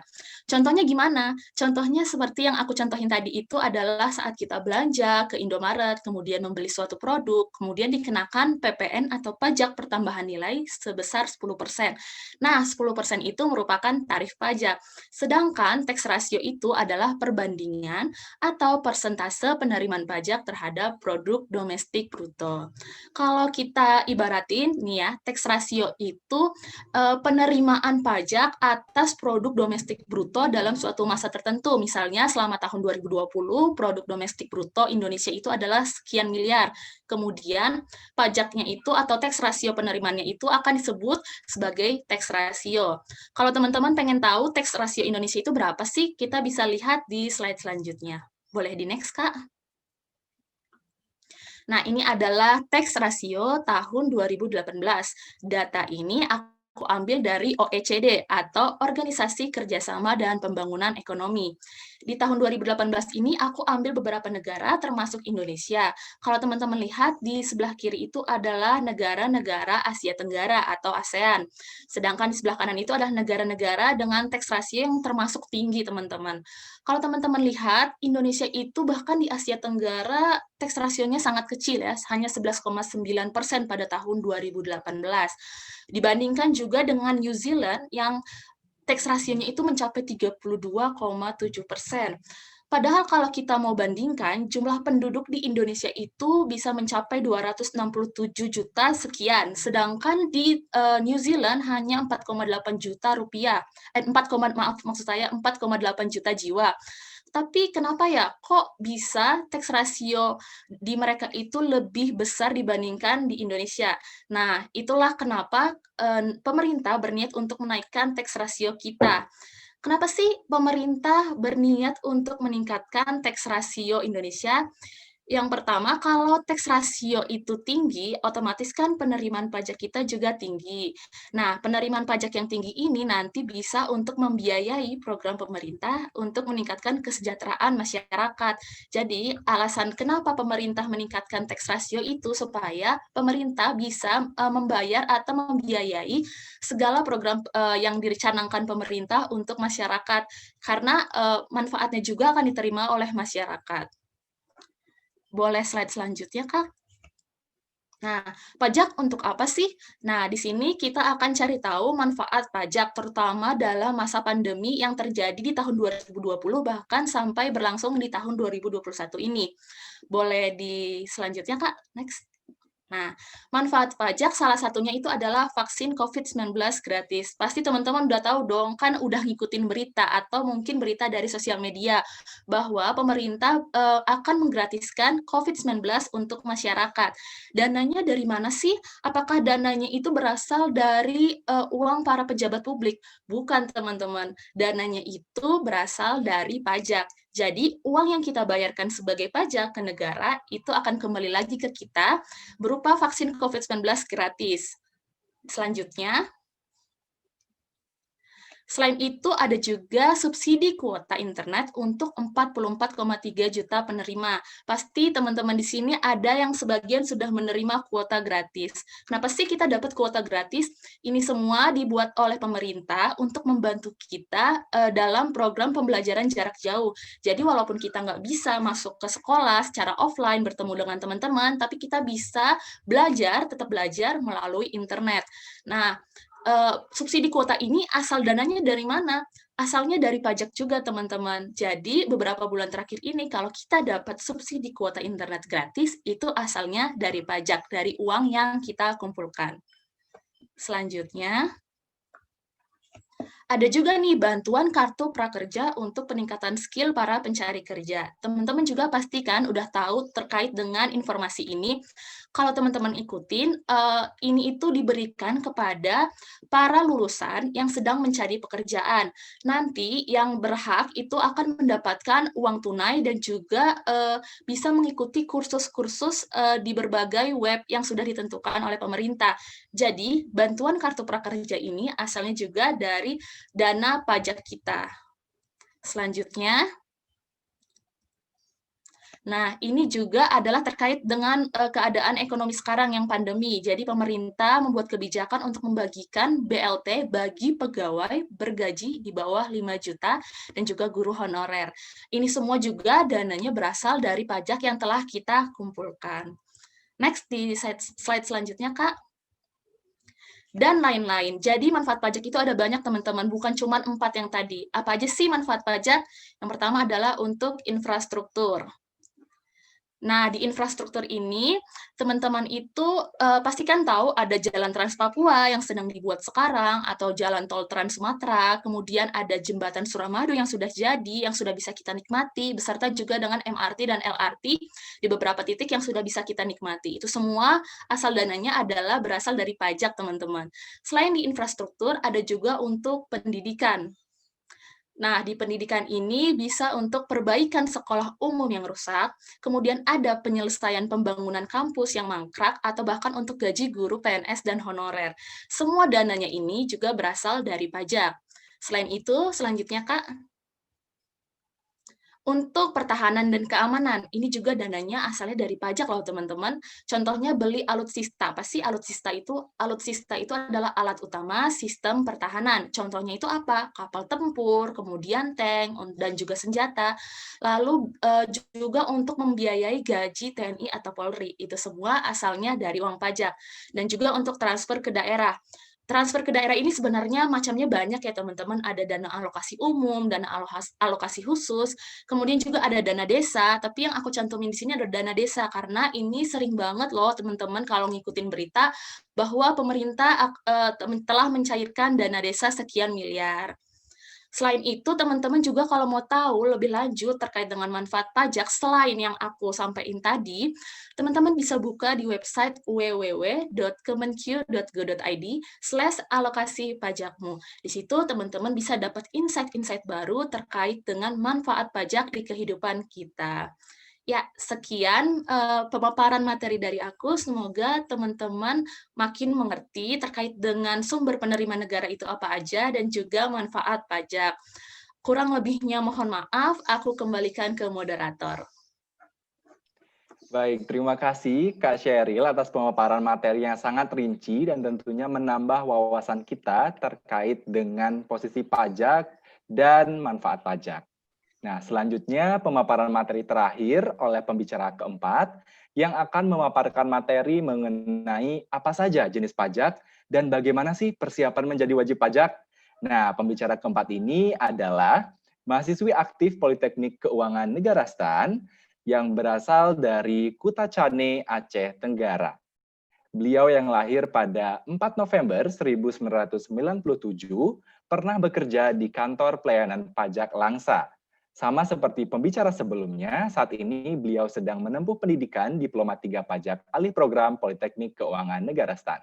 Baik, mari kita sambut pembicara terakhir kita, Miftahul Zanah. Silakan Kak. Ya, terima kasih Made atas kesempatannya. Selamat pagi semuanya. Semoga teman-teman masih tetap semangat ya dalam mendengarkan materi terakhir ini. Selanjutnya, pada bagian ini, kita akan membahas mengenai jenis-jenis pajak yang ada di Indonesia. Setelah mendengarkan penjelasan dari beberapa narasumber tadi, teman-teman pasti penasaran kan apa aja sih sebenarnya jenis-jenis pajak itu? Nah, langsung saja. Jadi, jenis pajak di Indonesia itu terbagi menjadi dua, yaitu ada pajak pusat dan pajak daerah. Perbedaannya terletak pada pengelolaan dan pengadministrasiannya. Untuk pajak pusat, dikelola dan diadministrasikan oleh pemerintah pusat, dan hasil dari pungutan pajak ini digunakan untuk membiayai pengeluaran rutin negara, sebagaimana tercakup dalam APBN kita. Sedangkan untuk pajak daerah itu dikelola dan diadministrasikan oleh pemerintah daerah, baik di tingkat provinsi maupun kabupaten atau kota. Dan hasil dari pungutan pajaknya digunakan untuk belanja pemerintah daerah yang terakumulasi dalam APBD. Selanjutnya, mari kita kenali apa saja jenis dari pajak pusat dan pajak daerah ini. Yang pertama, kita akan membahas mengenai pajak pusat. Untuk pajak pusat ini diadministrasikan oleh pemerintah pusat melalui Direktorat Jenderal Pajak atau yang biasa disebut DJP, yang dibawahi oleh Kementerian Keuangan. Pajak pusat sendiri terdiri dari beberapa jenis, yaitu yang pertama ada PPN atau pajak pertambahan nilai. PPN ini merupakan pajak yang dikenakan atas konsumsi barang kena pajak atau jasa kena pajak di dalam daerah pabean atau dalam wilayah Indonesia. Misalnya ketika kita belanja di supermarket seperti Indomaret atau Alfamart, biasanya barang yang kita beli itu akan dikenakan PPN. Begitu juga ketika kita membeli laptop ataupun barang kena pajak lainnya. Yang kedua, ada PPH atau pajak penghasilan. Pajak ini dikenakan kepada orang pribadi atau badan atas penghasilan yang diterima atau diperoleh dalam suatu tahun pajak. Contohnya, penghasilan yang diterima oleh PNS, guru, maupun orang yang menjalankan usaha akan dikenakan pajak penghasilan ini. Yang ketiga, ada PPNBM atau pajak penjualan atas barang mewah. Pajak ini dikenakan atas transaksi barang kena pajak atau BKP yang tergolong mewah, baik yang diproduksi di dalam negeri maupun yang diimpor dari luar. Tujuan utama pengenaan pajak ini selain untuk penerimaan negara, juga untuk mengendalikan pola konsumsi masyarakat. Jadi, selain dikenakan PPN atas BKP yang tergolong mewah tersebut, juga akan dikenakan PPNBM. Yang keempat ada bea matrai. Bea matrai ini adalah pajak yang dikenakan atas dokumen tertentu seperti surat perjanjian, akta notaris, atau kwitansi pembayaran yang memuat jumlah uang atau nominal di atas jumlah tertentu sesuai dengan ketentuan. Yang terakhir ada PBB sektor P3 atau pajak bumi dan bangunan sektor perkebunan, perhutanan, dan pertambangan. Pajak ini dikenakan atas kepemilikan atau pemanfaatan tanah dan atau bangunan. Sekarang ini PBB yang terkait dengan sektor P3 dikelola oleh pemerintah pusat, sedangkan PBB sektor P2, perdesaan dan perkotaan, dikelola oleh pemerintah daerah. Selanjutnya, kita akan membahas mengenai pajak daerah. Untuk pajak daerah ini diadministrasikan oleh pemerintah daerah yang pelaksanaannya dilakukan oleh Dinas Pendapatan Daerah atau nama lain yang memiliki fungsi sejenis. Pajak daerah ini terbagi menjadi dua, yaitu pajak provinsi dan pajak kabupaten atau kota. Untuk pajak provinsi terdiri dari beberapa jenis pajak. Yang pertama ada pajak kendaraan bermotor, yaitu pajak atas kepemilikan kendaraan bermotor. Yang kedua ada pajak air permukaan, yaitu pajak atas pengambilan atau pemanfaatan air permukaan. Yang ketiga ada pajak rokok, yaitu pajak yang dipungut atas cukai rokok. Dan terdapat pajak provinsi lainnya, seperti bea balik nama kendaraan bermotor dan pajak atas penggunaan bahan bakar kendaraan bermotor. Nah, sedangkan untuk pajak kabupaten atau kota terdiri dari yang pertama ada pajak hotel, yaitu pajak yang dikenakan atas pelayanan yang disediakan oleh pihak hotel. Yang kedua ada pajak restoran, yaitu pajak atas pelayanan yang disediakan oleh restoran. Yang ketiga pajak hiburan, yaitu pajak atas penyelenggaraan hiburan. Yang keempat ada pajak reklame, yaitu pajak atas penyelenggaraan reklame. Yang kelima ada pajak penerangan jalan, yaitu pajak atas penggunaan tenaga listrik, baik yang dihasilkan sendiri maupun yang diperoleh dari sumber lain. Yang keenam pajak parkir, yaitu pajak atas penyelenggaraan tempat parkir di luar badan jalan. Yang ketujuh ada PBB sektor P2, yaitu pajak bumi dan bangunan sektor perdesaan dan perkotaan. Dan masih ada beberapa pajak kabupaten atau kota lainnya, seperti pajak air tanah, pajak mineral bukan logam dan batuan, pajak sarang burung walet, serta bea perolehan hak atas tanah dan atau bangunan. Nah, setelah mendengarkan dan memahami penjelasan terkait jenis-jenis pajak tadi, selanjutnya, apa sih yang perlu kita lakukan apabila kita belum memenuhi syarat untuk menjadi wajib pajak, khususnya apabila kita masih sebagai seorang pelajar? Hal yang dapat kita lakukan sebagai warga negara yang sadar dan taat pajak adalah, yang pertama, menjaga fasilitas umum. Sebagaimana yang telah kita pelajari bahwa uang pajak salah satunya adalah digunakan untuk membangun fasilitas umum, seperti pembangunan jalan, halte bus, dan gedung sekolah. Untuk itu, kita harus membantu negara dengan merawat dan tidak merusak fasilitas umum yang telah dibangun dengan uang pajak oleh pemerintah. Yang kedua, menjaga ketertiban dan keamanan. Sebagai warga negara yang belum memiliki kewajiban pajak, kita dapat membantu pemerintah dengan menjaga ketertiban dan keamanan, seperti tidak membuat keributan atau pertengkaran yang dapat mengakibatkan kerugian atau pengeluaran negara semakin bertambah. Yang ketiga, melaksanakan pendidikan. Salah satu manfaat pajak yang bisa kita rasakan adalah dengan difasilitasinya pendidikan, mulai dari fasilitas yang ada di sekolah, dana operasional sekolah, bahkan gaji guru-guru pun berasal dari uang pajak. Untuk itu, sebagai pelajar, kita harus memanfaatkan hal itu dengan belajar sebaik mungkin agar uang pajak tersebut tidak terbuang sia-sia. Yang keempat, mengingatkan keluarga atau orang di sekitar kita. Karena sebagai pelajar, kita sudah mengetahui betapa pentingnya pajak itu, maka kontribusi yang kita harapkan yaitu teman-teman dapat memberi gambaran dan mengingatkan kepada keluarga atau orang di sekitar untuk lebih sadar dan taat dalam memenuhi kewajiban pajaknya demi kebaikan kita bersama, karena pajak kita untuk kita. Sekian yang dapat saya sampaikan. Semoga teman-teman dapat saling mengingatkan kepada lingkungan sekitar mengenai betapa pentingnya pajak dan menumbuhkan rasa bangga akan bayar pajak. Saya mohon maaf apabila ada salah kata. Wassalamualaikum warahmatullahi wabarakatuh. Saya kembalikan kepada moderator. Baik, terima kasih Kak Zana atas pemaparan materi yang luar biasa dan tentunya dapat menambah wawasan kita terkait jenis-jenis pajak dan apa yang bisa kita lakukan sebagai generasi muda terkait dengan pajak ini. Nah, berikan apresiasi kepada pembicara kita tadi, bisa lewat tepuk tangan atau emoticon di aplikasi Zoom ya. Nah, baik, sekarang kita akan melangkah ke acara selanjutnya, yaitu sesi tanya-jawab. Saya yakin peserta tentunya sudah memiliki pertanyaan yang ingin ditanyakan kepada pembicara. Setelah saya melihat di room chat Zoom, sudah muncul beberapa pertanyaan, dan pertanyaan ini akan saya pilih dan akan kita diskusikan pada sesi tanya-jawab bersama pembicara kita. Nah, saya akan membacakan 2 pertanyaan yang telah peserta ketik pada saat melakukan pendaftaran dan memilih 2 pertanyaan dari room chat Zoom. Baik, untuk pertanyaan yang saya akan bacakan pertama dari pada saat pendaftaran, yaitu pertanyaan dari saudara Robi Mahardika. Pertanyaannya adalah, apa syarat seseorang itu dapat dikatakan atau dikategorikan sebagai wajib pajak? Nah, pertanyaan ini saya berikan kepada pembicara kita, yaitu Kak Rizca, untuk menanggapi. Silakan Kak Rizca. Baik Kak Made, wah luar biasa ya pertanyaan dari saudara Robi. Terima kasih atas pertanyaannya. Izinkan saya untuk menjawab pertanyaan mengenai apa syarat seseorang dikategorikan sebagai wajib pajak. Nah, wajib pajak itu adalah orang pribadi atau badan yang telah memenuhi kewajiban subjektif dan objektif nih.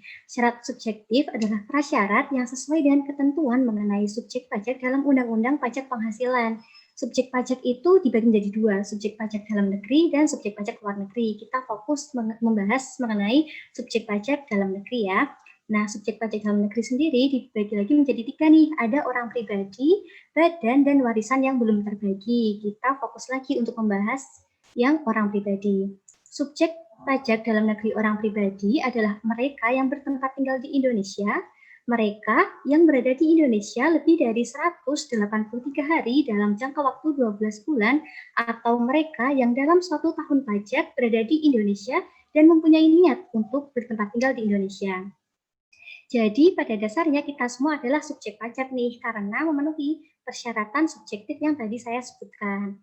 Sedangkan syarat objektifnya apa? Syarat objektif adalah persyaratan bagi subjek pajak yang telah menerima atau memperoleh penghasilan atau diwajibkan untuk melakukan pemotongan atau pemungutan. Untuk wajib pajak orang pribadi, syarat objektif adalah terpenuhi apabila ia mempunyai penghasilan yang besarnya melebihi penghasilan tidak kena pajak. Nah, setelah kita memenuhi syarat subjektif dan syarat objektif, maka kita adalah wajib pajak yang mempunyai hak dan kewajiban perpajakan. Sekian yang dapat saya sampaikan, semoga menjawab pertanyaan dari saudara Robi. Terima kasih, selanjutnya saya kembalikan kepada moderator. Baik, terima kasih Kak Rizca atas jawaban yang sangat bisa menjawab ya menurut saya pertanyaan dari Robi Mahardika tadi. Nah, baik, saya lanjutkan untuk pertanyaan kedua. Saya ambil lagi dari pertanyaan pada saat teman-teman melakukan pendaftaran. Pertanyaan yang kedua itu dari saudari Ratna Lubis. Pertanyaannya adalah, apa manfaat langsung yang bisa diterima oleh masyarakat yang sedang menjalankan usaha mikro, kecil, dan menengah atau UMKM yang sudah rutin nih menjalankan kewajibannya membayar pajak dengan tarif 0,5%? Nah, pertanyaan ini akan ditanggapi oleh Kak Sheryl. Silakan Kak. Baik, sebelumnya terima kasih atas pertanyaannya dari Ratna Lubis ya, Kak. Baik, pertanyaan dari Kakak Ratna Lubis itu adalah aku singkat, itu apa manfaat langsung yang bisa diterima UMKM yang sudah bayar pajak. Dalam pertanyaan ini, aku perlu garis bawahi poin penting, yaitu apa sih manfaat langsung yang diterima oleh UMKM.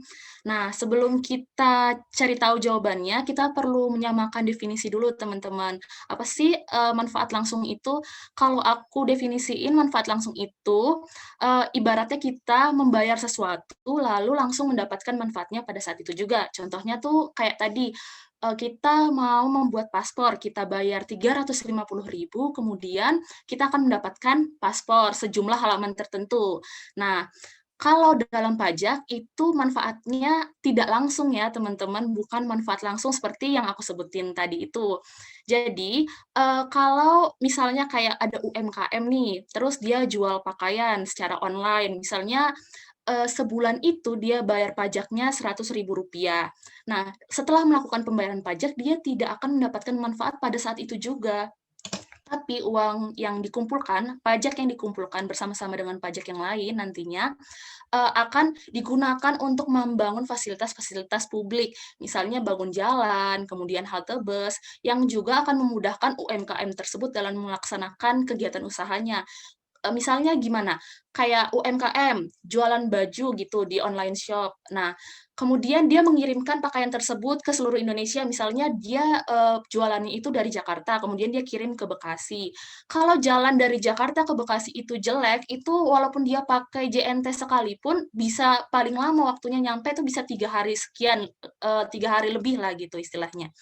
Nah, sedangkan kalau jalannya bagus, itu kan nyampenya lebih cepat ya teman-teman. Jadi kayak ada multiplier efeknya. Kalau bayar pajak itu tidak langsung mendapatkan manfaat saat itu juga, tapi manfaatnya nanti diterima itu secara bersama-sama. Jadi aku ambil kesimpulan bahwa manfaat yang diterima oleh UMKM itu tidak secara langsung, tapi manfaatnya itu diperoleh nanti gitu.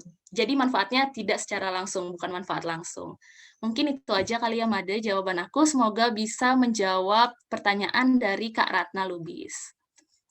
Aku kembalikan ke Made. Baik, terima kasih Kak Sheryl atas jawaban yang disampaikan oleh atas pertanyaan dari saudari Ratna Lubis tadi. Baik, untuk pertanyaan selanjutnya, yaitu pertanyaan ketiga dan keempat, saya akan membacakan, maksud saya akan memilih pertanyaan dari room chat Zoom. Saya sudah memiliki 2 pertanyaan yang telah saya pilih. Nah, pertanyaan ini akan ditanyakan langsung oleh peserta, yaitu saya silakan kepada Tri Apriliani untuk bertanya langsung dengan menyalakan kamera dan mikrofon. Silakan.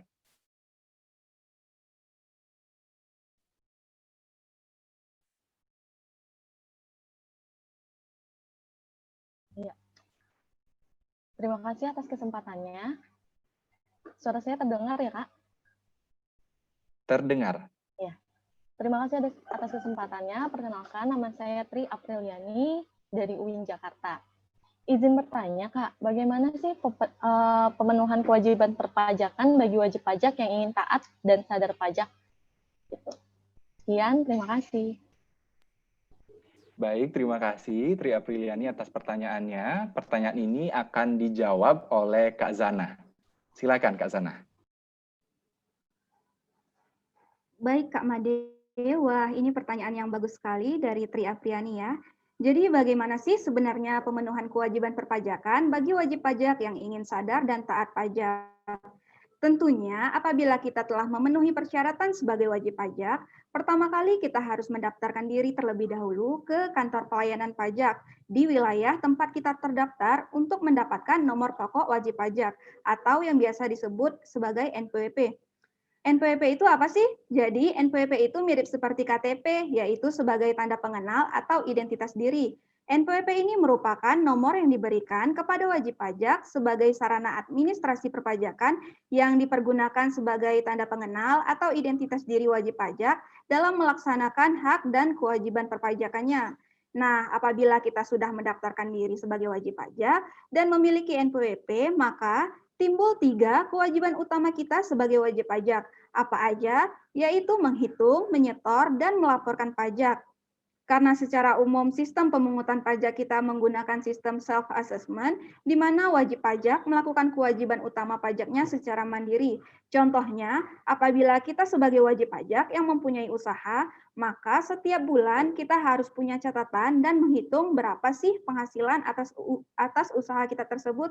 Kemudian kita hitung pajak yang terutang dengan tarif pajak yang berlaku. Nah, setelah mengetahui jumlah pajak yang terutang, kewajiban selanjutnya adalah menyetorkan pajak tersebut ke kas negara. Oh iya, penyetoran pajak itu bukan di kantor pajak ya, tapi bisa dilakukan melalui kantor pos, bank persepsi, maupun ATM.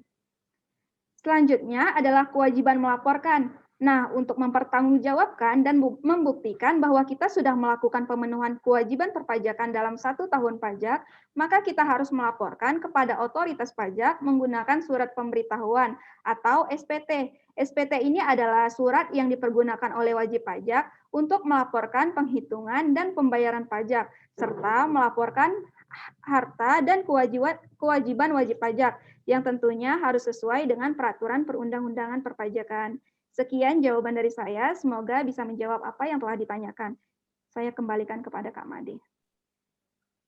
Baik, terima kasih Kak Zana atas jawabannya. Semoga jawaban tadi itu menjawab dari pertanyaannya Tri Apriliani ya. Baik, saya lanjutkan untuk pertanyaan terakhir dari room chat Zoom. Saya silakan kepada Sukma Indah Purnama untuk menyalakan kamera dan mikrofon untuk bertanya secara langsung. Saya silakan. Baik, terima kasih atas waktu yang diberikan. Perkenalkan, saya Sukma Indah Purnama dari Universitas Udayana. Dalam kesempatan ini, saya ingin bertanya mengenai mungkin hal yang sangat mendasar ya. Coba tolong dijelaskan kembali mengapa kesadaran akan pajak itu dibutuhkan bagi generasi muda sekarang. Dan apa sih akibatnya jika saya nih sebagai generasi muda nggak sadar dan nggak aware dengan kehadiran pajak tersebut? Terima kasih. Baik, terima kasih Sukma Indah atas pertanyaannya. Pertanyaan ini akan dijawab oleh Kak Yuriska. Silakan Kak. Baik, terima kasih atas kesempatannya. Juga terima kasih Sukma Indah atas pertanyaannya. Sangat menarik ya, very interesting. Dan saat ini saya akan mencoba menjawab pertanyaan dari Sukma Indah, yaitu mengapa sadar pajak itu dibutuhkan dan apa sih akibatnya kalau misalnya kita sebagai generasi muda tidak sadar akan kewajiban perpajakan kita. Nah, kita kembali lagi kepada konsep awal bahwa sadar pajak itu merupakan sebuah perilaku atau sebuah sikap dari masyarakat yang bangga untuk membayar pajak dan sadar dan patuh akan kewajiban perpajakannya, di mana pajak merupakan instrumen yang sangat penting dalam penerimaan di APBN. Oleh karenanya, coba sekarang kita sama-sama membayangkan, kira-kira apa ya yang akan terjadi ketika kita sebagai generasi muda itu tidak memiliki awareness akan pajak. Padahal kita sebagai generasi muda itu nantinya akan meneruskan pembangunan di Indonesia ini, akan meneruskan untuk menggerakkan roda perekonomian di negeri ini. Penerimaan yang berasal dari pajak tentunya akan menjadi tidak maksimal karena kita sebagai generasi muda dari awal tidak tahu dan tidak sadar akan kewajiban perpajakan kita. Kalau penerimaan dari negara dari pajak saja sudah tidak maksimal, tentunya distribusi kesejahteraan yang tadinya bisa didistribusikan dengan maksimal akan menjadi kurang maksimal. Oleh karenanya, apa yang akan terjadi? Pembangunan bisa menjadi terhambat. Lalu selain itu, kesejahteraan juga tidak didistribusikan secara merata. Dan hal yang bisa kita lakukan adalah dengan merubah mindset kita. Dari yang awalnya kita berpikir bahwa, wah membayar pajak itu serem ya, membayar pajak itu menakutkan ya, kita harus merubah itu semua. Kita harus bisa berpikir bahwa kalau kita sudah bisa membayar pajak, kita harus bangga karena kita berarti mampu untuk berkontribusi secara aktif dalam pembangunan di negeri ini. Sehingga apabila generasi muda ini sudah memiliki sikap sadar pajak, tentunya nanti di kedepannya pembangunan bisa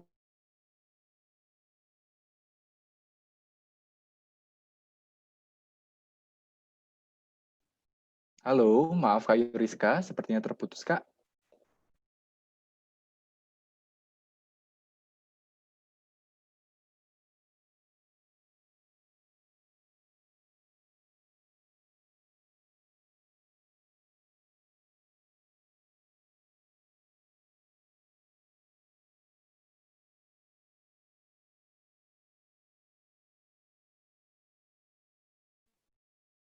Baik, selagi kita menunggu pembicara kita, Kak Yuriska, saya ingatkan kembali, karena saya hanya akan memilih 2 pertanyaan saja yang didiskusikan pada webinar kali ini. Pertanyaan-pertanyaan yang muncul pada saat pendaftaran maupun pada room chat Zoom akan kami himpun dan akan kami jawab oleh para pembicara dan akan kita bagikan kepada peserta sekaligus materi yang akan kita cantumkan di link G Drive dan akan kita share di grup WhatsApp.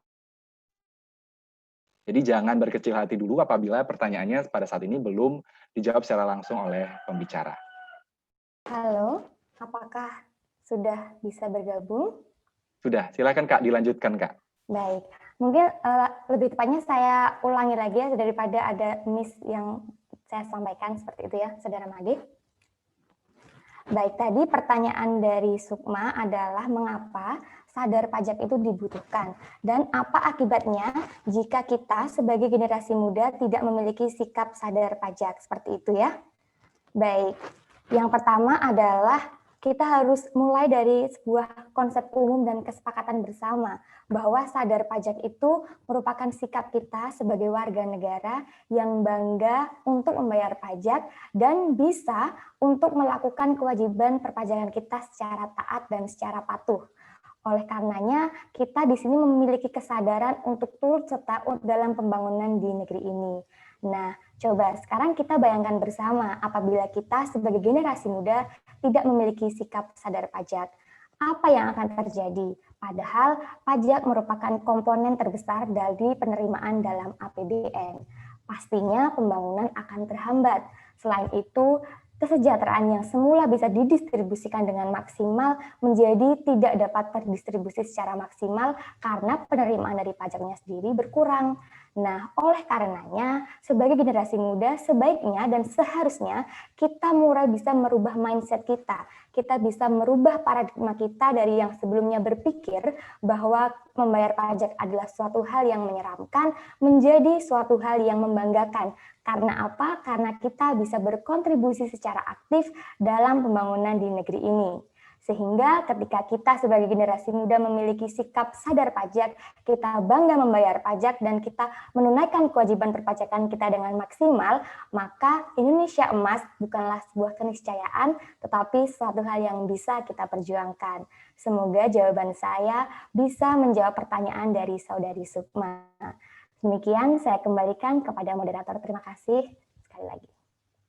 Baik, terima kasih Kak Yuriska atas jawaban yang diberikan atas pertanyaan dari peserta tadi. Saya ingatkan kembali kepada peserta bahwa pertanyaan-pertanyaan yang telah masuk ke kami melalui pendaftaran di awal dan pada room chat Zoom akan kami himpun dan akan kami jawab dan akan kita bagikan kepada seluruh peserta melalui link G Drive nantinya dan akan kita bagikan melalui grup WhatsApp. Baik, itu tadi pemaparan materi dan sesi diskusi terkait tema webinar yang mampu membuka wawasan kita tentunya dan sangat bermanfaat bagi kita selaku generasi muda. Nah, dari pemaparan materi dan diskusi tadi, kita telah membahas mengenai seluk-beluk pajak, mulai dari konsep, dasar hukum, manfaat pajak, jenis pajak, hingga persiapan generasi muda menjadi wajib pajak. Materi tersebut merupakan suatu rangkaian yang berkesinambungan untuk memberikan pemahaman dan persiapan kepada generasi muda untuk mulai sadar dan paham atas alasan yang mendasari eksistensi pajak. Nah, sehingga setelah tumbuh kesadaran dan pemahaman ini akan mudah mengimplementasikan ke dalam kehidupan, bahkan mampu memberi dampak kepada masyarakat luas. Dengan kata lain, dapat terwujud generasi muda yang mampu membawa Indonesia menuju Indonesia Emas. Sesuai dengan jargon pada webinar ini, generasi muda Indonesia, generasi sadar pajak, taat, dan bijak. Baik, sekian yang dapat saya sampaikan. Saya ucapkan terima kasih kepada keempat pembicara yang telah memaparkan materi yang sangat bermanfaat dan luar biasa. Saya selaku moderator mohon maaf apabila terdapat kekurangan selama memandu jalannya diskusi. Saya tutup. Wassalamualaikum warahmatullahi wabarakatuh. Om Santi Santi Santi Om, Namo Buddhaya, salam kebajikan. Saya kembalikan kepada MC. Baik, Kak Made, terima kasih atas pembawaan materinya dan narasumber juga. Selanjutnya, Tadi kita sudah mendengarkan pemaparan materi dari keempat narasumber kita. Selanjutnya kita akan memulai games nih. Nah, ini sesi yang sangat seru ya. Iya, nanti pada games ini kami akan memberikan 3 pertanyaan kepada para peserta. Lalu peserta menjawab secepat mungkin melalui chat Zoom. Diulang, jawaban melalui chat Zoom, dan kami pilih yang tercepat dan paling tepat. Pemenang tentunya akan mendapatkan hadiah yang menarik dari panitia. Baik, silahkan para peserta untuk bersiap menjawab dari pertanyaan yang akan saya sampaikan. Diingatkan kembali, pemenang nantinya merupakan keputusan panitia yang tidak dapat diganggu-gugat ya. Jadi silakan teman-teman untuk menjawab dengan cepat dan benar. Saya akan memulai pertanyaannya. Pertanyaan pertama yaitu, siapa nama lengkap Menteri Keuangan Republik Indonesia? Saya akan memulai menghitung ya. Siapa? Ayo kita siap-siap ya. 5, 4, 3, 2, 1. Ya, banyak banget nih ya yang udah jawab ya. Jadi kita pilih siapa yang paling cepat.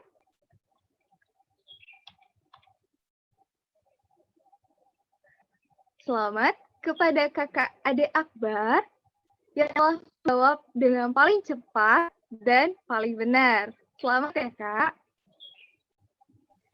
Baik, untuk teman-teman dan kakak-kakak yang belum menjawab paling cepat, tetapi sudah benar, jangan sedih dulu ya. Masih ada 2 pertanyaan selanjutnya. Mari kita beranjak ke pertanyaan yang kedua. Sebutkan masing-masing satu contoh pajak pusat dan pajak daerah. Oke, kita mulai hitung ya. 5, 4, 3, 2, 1. Wah, sudah banyak nih masuk chat. Mari kita lihat siapa yang paling tepat dan paling cepat. Baik, selamat kepada Kak Agnes yang telah menjawab dengan tepat dan paling cepat di antara teman-temannya. Jadi memang benar, salah satu pajak pusat ada pajak pertambahan nilai dan pajak daerah ada pajak kendaraan bermotor. Selamat kepada Kak Agnes telah memenangkan pertanyaan kedua. Selanjutnya pertanyaan ketiga. Ini pertanyaan terakhir dari games ini dan ini merupakan pertanyaan yang paling penting selama webinar ini berlangsung. Ini bakal kelihatan nih siapa teman-teman yang menyimak dengan baik nih selama webinar ini berlangsung ya. Pertanyaannya akan saya bacakan yaitu, siapa nama Ketua Pelaksana Webinar Perpajakan pada hari ini? Kita mulai hitung ya. 5, 4, 3, 2, 1. Ayo teman-teman. Kita jawab yang paling lengkap ya. Yang paling lengkap dan paling benar. Ya, selamat kepada Kak Abram Pesuma Sitorus ya. Telah menjawab dengan benar nih. Senang deh. Sertanya pada antusias ya, menyimak benar-benar dari awal acara sampai akhir. Betul sekali, Kak. Benar banget. Selamat kepada para peserta yang telah menjawab pertanyaan dengan benar. Nanti panitia akan menghubungi secara langsung untuk mengirimkan hadiahnya. Masuk ke acara berikutnya, kita akan ada sesi foto bersama. Kepada peserta diharapkan untuk mengaktifkan kamera, dan foto akan diambil dalam hitungan ketiga. Aba-aba akan dimulai dari saya. Oke, silakan bersiap-siap untuk kakak-kakak dan teman-teman sekalian mengaktifkan kameranya.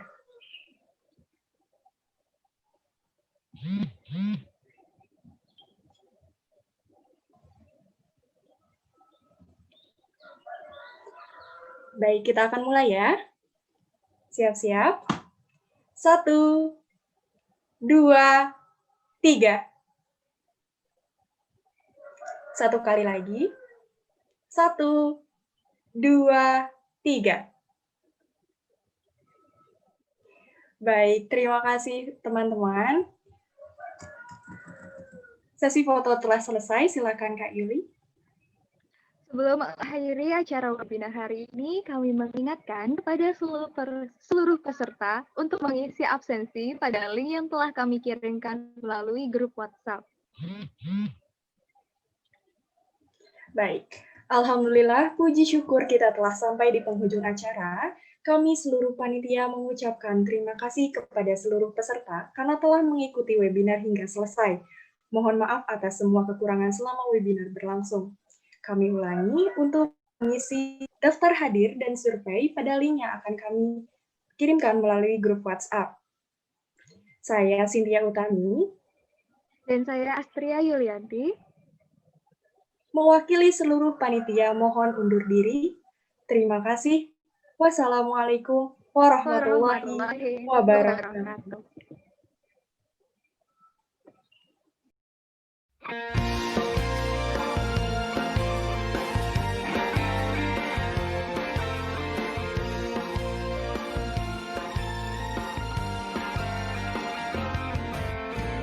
Pajak bukti peduli pada negeri sejak dulu sampai nanti. Pajak mari dimengerti, manfaatnya pasti. Sadari dalam pendidikan sekarang ini. Sungsikan lengan, bangun harapan, generasi muda jadilah pahlawan. Marilah kawan, buat perubahan demi satu tujuan, Indonesia yang gemilang. Sadar pajak, ayo kita tanamkan dari sekarang demi masa depan. Sadar pajak untuk kejayaan kita dan juga rakyat Indonesia. Sadar pajak dalam pendidikan.